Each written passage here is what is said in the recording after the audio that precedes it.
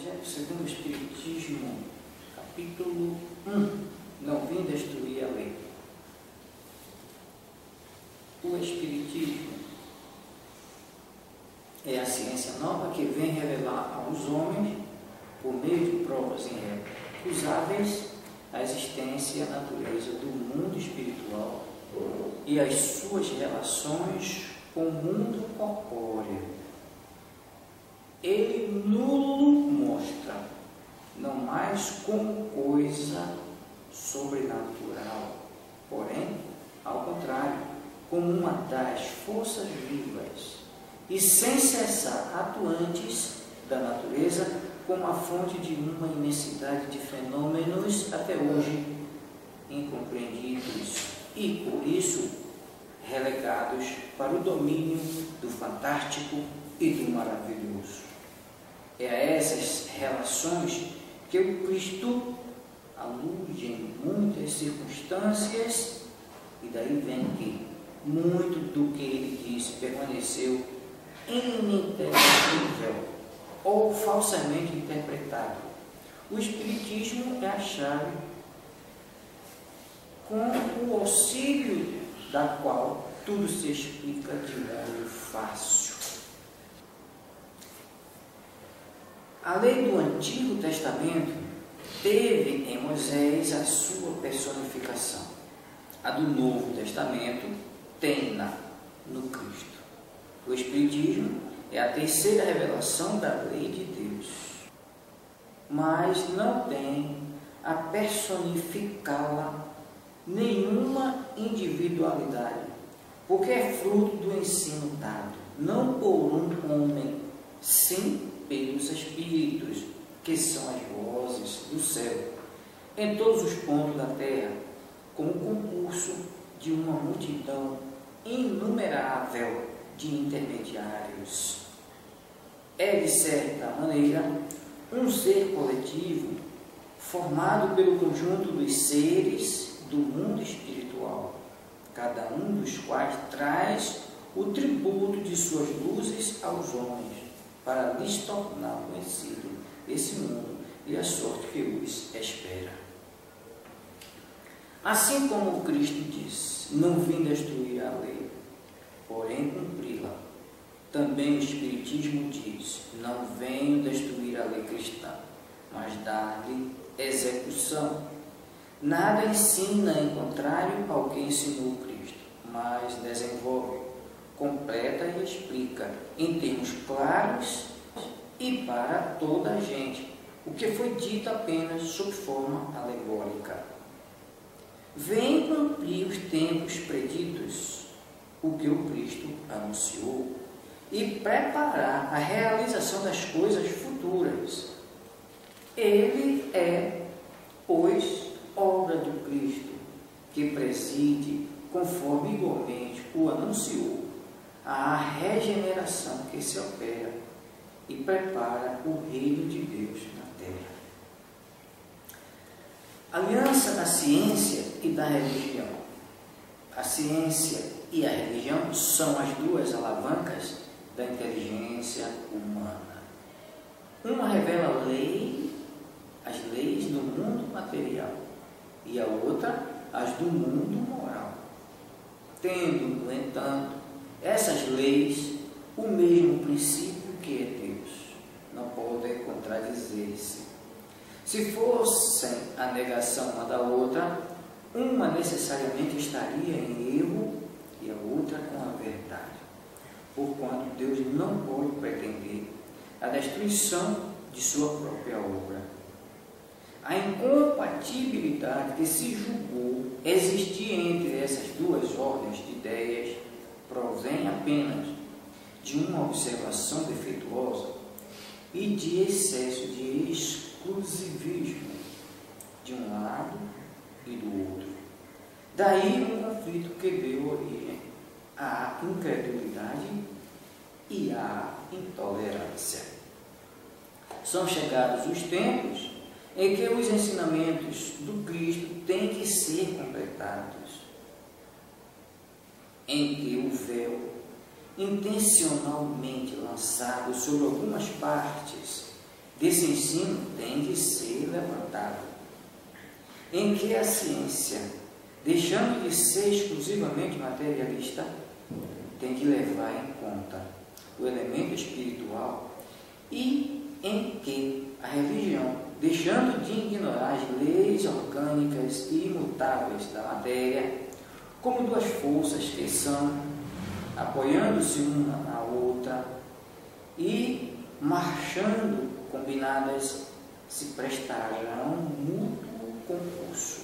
Então, não mais desmentida pela ciência, a religião adquirirá inabalável poder, porque estará de acordo com a razão, já seguindo não podendo mais opor a irresistível lógica dos fatos. A ciência e a religião não puderam até hoje entender-se porque, encarando cada um as coisas do seu ponto de vista exclusivo, reciprocamente se repeliam. Faltava com que encher o vazio que as separava, um traço de união que as aproximasse. Esse traço de união está no conhecimento das leis que regem o universo espiritual e suas relações com o mundo corpóreo, leis tão imutáveis quanto as que regem o movimento dos astros e a existência dos seres. Uma vez comparadas pela experiência, essas relações, nova luz se faz. A fé dirige-se à razão. Esta nada encontrou de lógico na fé. Convencido foi o materialismo. Mas nisso, como em tudo, há pessoas que ficam atrás, até serem arrastadas pelo movimento geral, que as esmaga, se tentam resistir-lhe em vez de o acompanharem.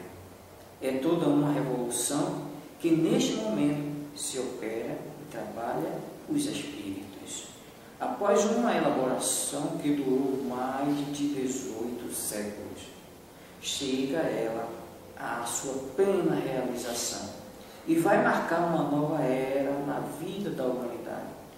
Fáceis são de prever as consequências, acarretará para as relações sociais inevitáveis modificações às quais ninguém terá força para se opor, porque elas estão nos desígnios de Deus e derivam da lei do progresso, que é a lei de Deus.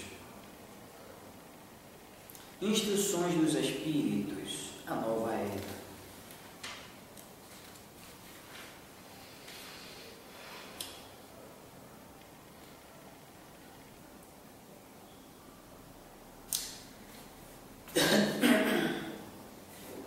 Instruções dos Espíritos, a nova era.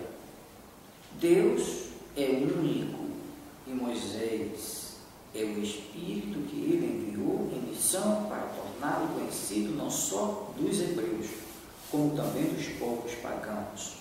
O povo hebreu foi o instrumento de que se serviu Deus para se revelar por Moisés e pelos profetas, e as vicissitudes porque passou esse povo destinavam-se a chamar a atenção geral e a fazer cair o véu que ocultava aos homens a divindade.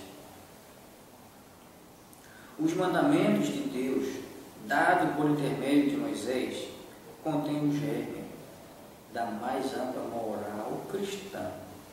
Os comentários da Bíblia, porém, restringiam o sentido, porque praticada em toda a sua pureza, não a teriam então compreendido. Mas nem por isso os 10 mandamentos de Deus deixavam de ser com frontispício brilhante, qual farol destinado a clarear a estrada que a humanidade tinha de percorrer. A moral que Moisés ensinou era apropriada ao estado de adiantamento em que se encontravam os povos que ela se propunham regenerar. E esses povos semi-selvagens, quanto ao aperfeiçoamento da alma, não teriam compreendido que se pudesse adorar a Deus de outro modo que não por meio de holocaustos, nem que se devesse perdoar a um inimigo notável do ponto de vista da matéria e meio das artes e das ciências. A inteligência deles, muito atrasada, se achava em moralidade e não se houvera convertido sob o império de uma religião inteiramente espiritual. Era-lhes necessária uma representação semimaterial, qual a que apresentava então a religião hebraica. Os holocaustos lhes falavam aos sentidos, do mesmo passo que a ideia de Deus lhes faltava ao espírito. O Cristo foi o iniciador da mais pura, da mais sublime moral, da moral evangélica cristã, que há de renovar o mundo, aproximar os homens e torná-los irmãos, que há de fazer brotar de todos os corações a caridade e o amor do próximo e estabelecer entre os homens, os humanos, uma solidariedade comum, de uma perfeita moral, enfim, que há de transformar a terra, tornando-a morada de espíritos superiores aos que hoje a habitam.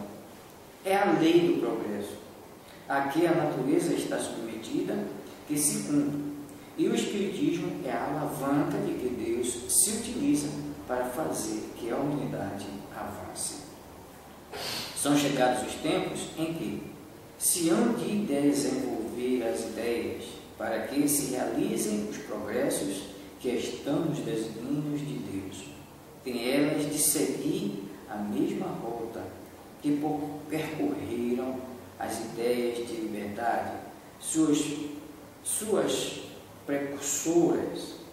Não se acredite, porém, que esse desenvolvimento se efetue sem lutas. Não. Aquelas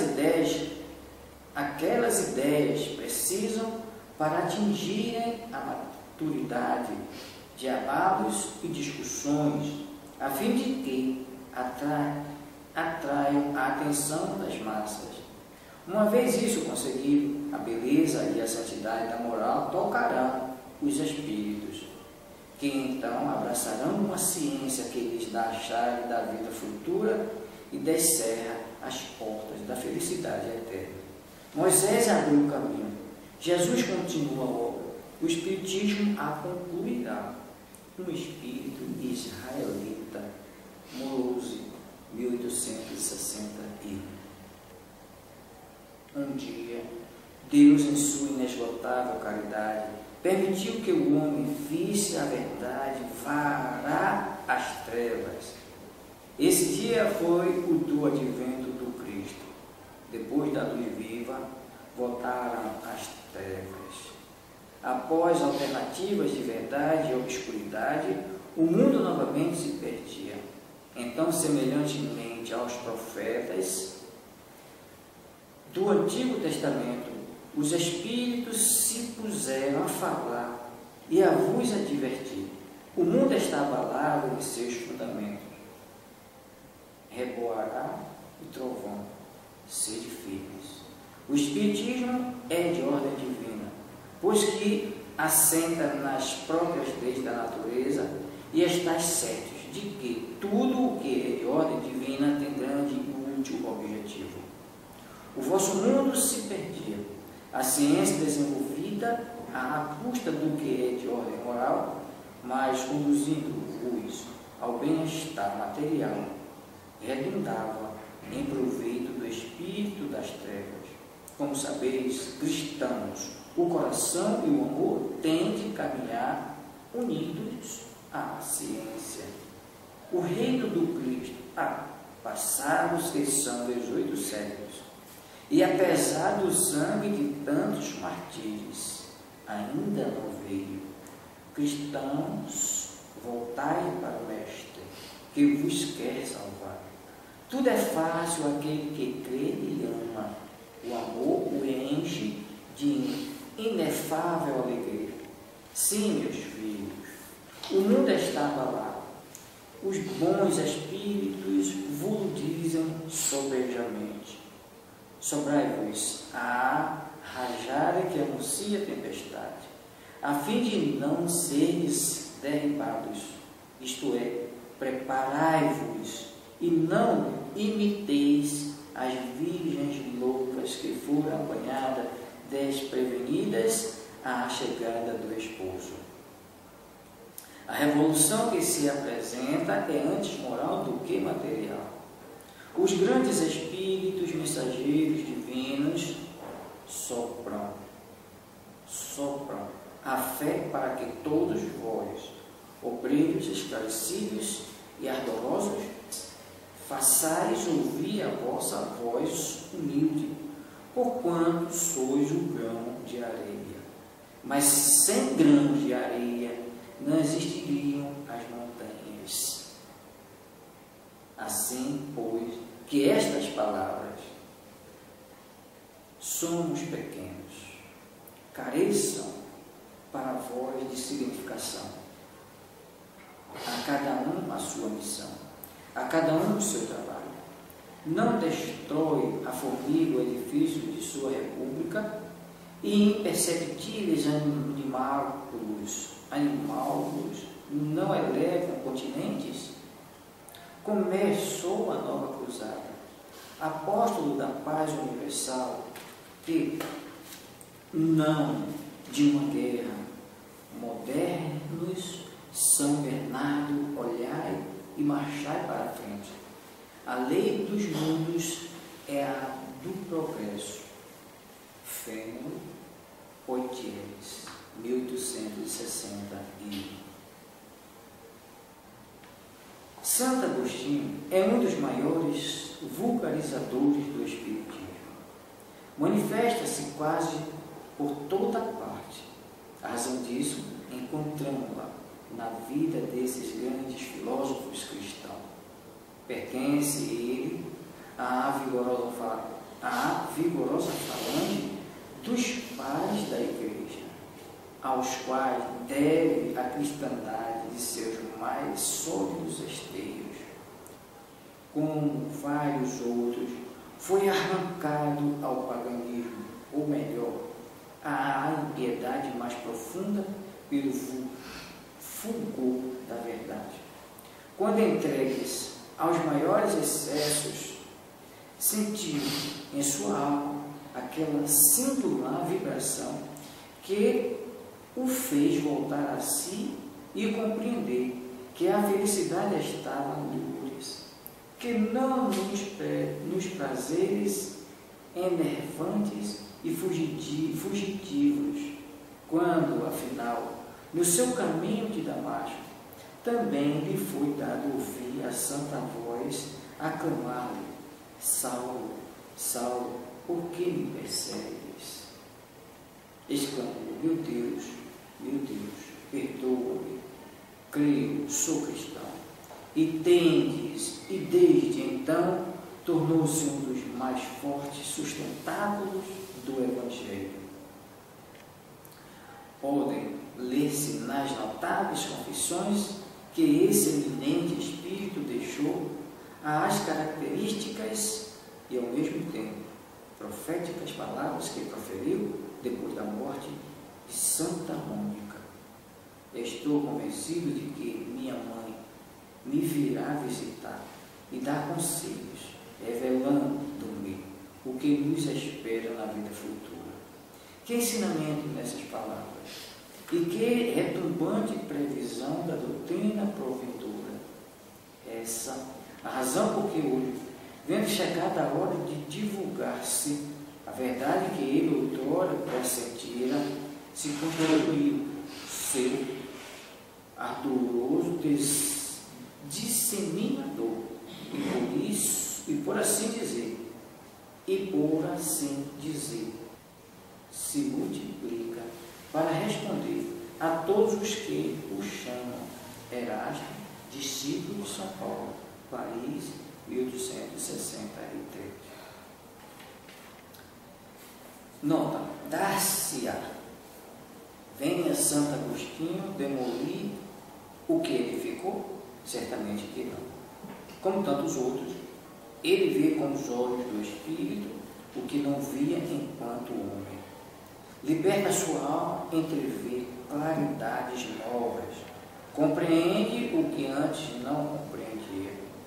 Novas ideias lhes revelaram o sentido verdadeiro de algumas sentenças. Na terra, apreciava as coisas de acordo com os conhecimentos que possuía. Desde que, porém, uma nova luz lhe brilhou, pôde apreciá-las mais judiciosamente, assim que teve de abandonar a crença que alimentara nos espíritos incultos e sucumbos o anatema que lançaram contra a teoria dos antípodes. Agora que o cristianismo se lhe mostra em toda a pureza, pode ele, sobre alguns pontos, pensar de modo diverso do que pensava quando vivo. Sem deixar de ser um apóstolo cristão, pode, sem renegar a sua fé, constituir-se disseminador do Espiritismo, porque veio cumprir-se o que foi aprendido, proclamando na atualidade outra coisa, não faz senão conduzir-nos a uma interpretação mais acertada e lógica dos textos. O mesmo ocorre com outros espíritos que se encontram em posição análoga.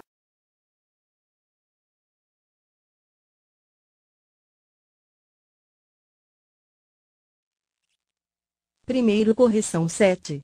Assim como Cristo disse, não vim destruir a lei, porém cumpri-la, também o Espiritismo diz, não venho destruir a lei cristã, mas dar-lhe execução.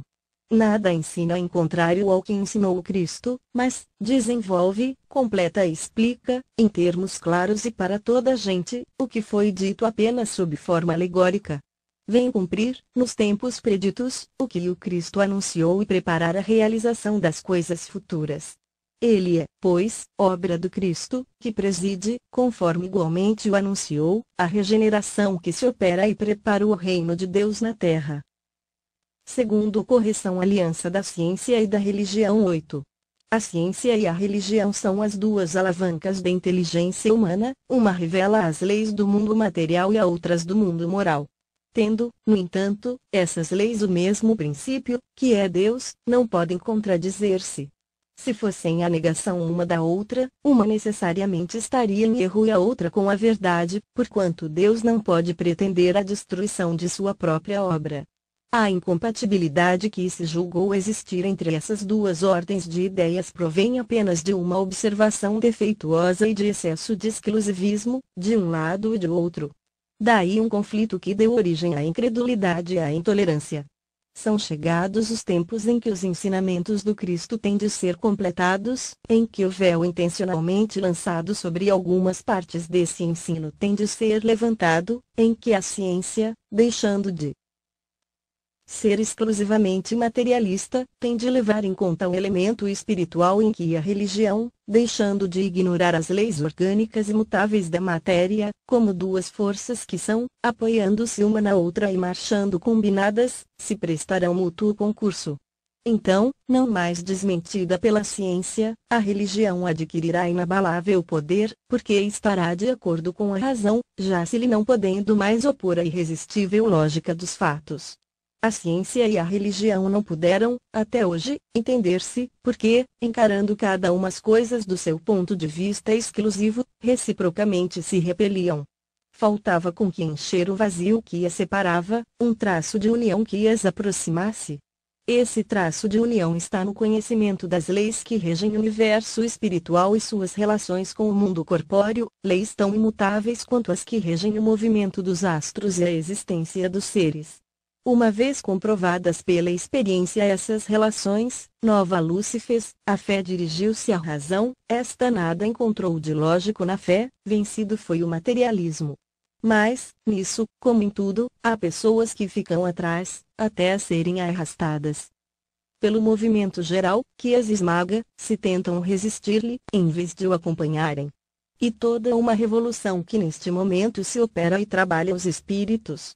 Após uma elaboração que durou mais de 18 séculos, chega ela à sua plena realização e vai marcar uma nova era na vida da humanidade. Fáceis são de prever as consequências, acarretará para as relações sociais inevitáveis modificações, às quais ninguém terá força para se opor, porque elas estão nos desígnios de Deus e derivam da lei do progresso, que é a lei de Deus.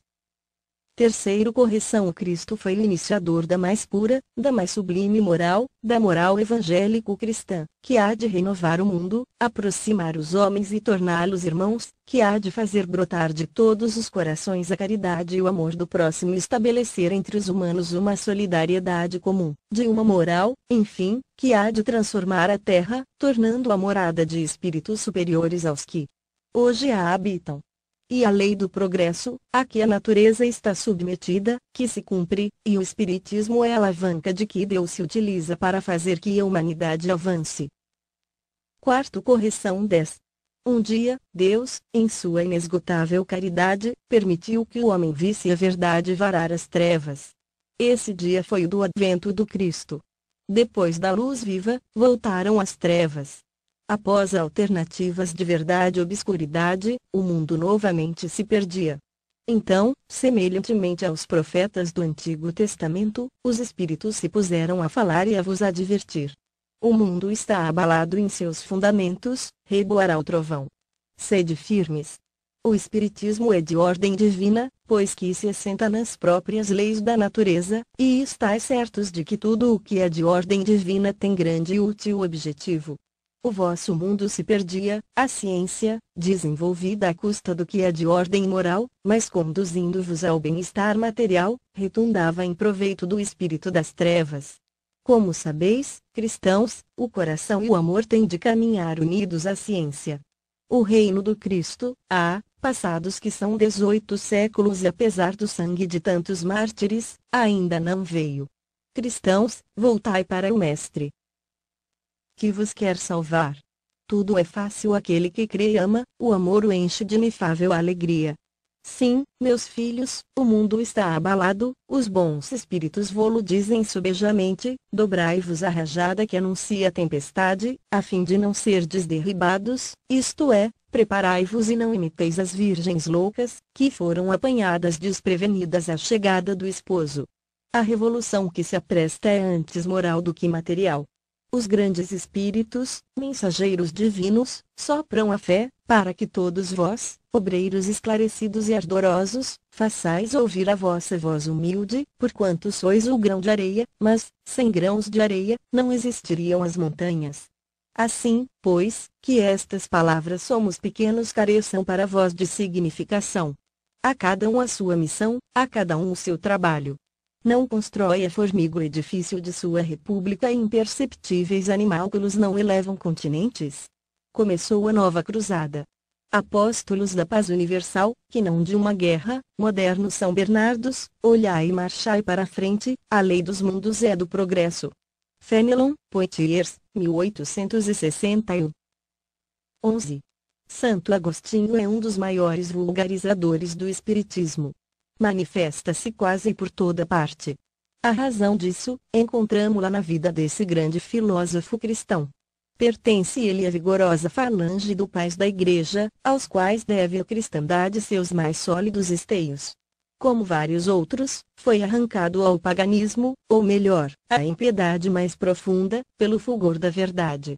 Quando, entregue aos maiores excessos, sentiu em sua alma aquela singular vibração que o fez voltar a se compreender que a felicidade estava alhures, que não nos prazeres enervantes e fugitivos, quando, afinal, no seu caminho de Damasco, também lhe foi dado ouvir a santa voz a clamar-lhe: Saulo, Saulo, por que me persegues? Exclamou: Meu Deus, perdoai-me, creio, sou cristão. E desde então tornou-se um dos mais fortes sustentáculos do Evangelho. Podem ler-se, nas notáveis confissões que esse eminente espírito deixou, as características e, ao mesmo tempo, proféticas palavras que proferiu, depois da morte de Santa Mônica: estou convencido de que minha mãe me virá visitar e dar conselhos, revelando-me o que nos espera na vida futura. Que ensinamento nessas palavras e que retumbante previsão da doutrina por vindoura! Essa razão por que hoje, vendo chegada a hora de divulgar-se a verdade que ele outrora pressentira, se constituiu seu ardoroso disseminador e, por assim dizer, se multiplica para responder a todos os que o chamam. Erasto, discípulo de S. Paulo, Paris, 1863. Nota: dar-se-á venha Santo Agostinho demolir o que edificou? Certamente que não. Como tantos outros, ele vê com os olhos do espírito o que não via enquanto homem. Liberta, sua alma entrevê claridades novas, compreende o que antes não compreendia. Novas ideias lhe revelaram o sentido verdadeiro de algumas sentenças. Na terra, apreciava as coisas de acordo com os conhecimentos que possuía. Desde que, porém, uma nova luz lhe brilhou, pôde apreciá-las mais judiciosamente e assim é que teve de abandonar a crença, que alimentara, nos espíritos íncubos e súcubos e o anátema que lançara contra a teoria dos antípodas. Agora que o cristianismo se lhe mostra em toda a pureza, pode ele, sobre alguns pontos, pensar de modo diverso do que pensava quando vivo, sem deixar de ser um apóstolo cristão. Pode, sem renegar a sua fé, constituir-se disseminador do Espiritismo, porque vê cumprir-se o que fora predito. Proclamando, na atualidade, outra coisa não faz senão conduzir-nos a uma interpretação mais acertada e lógica dos textos. O mesmo ocorre com outros espíritos que se encontram em posição análoga.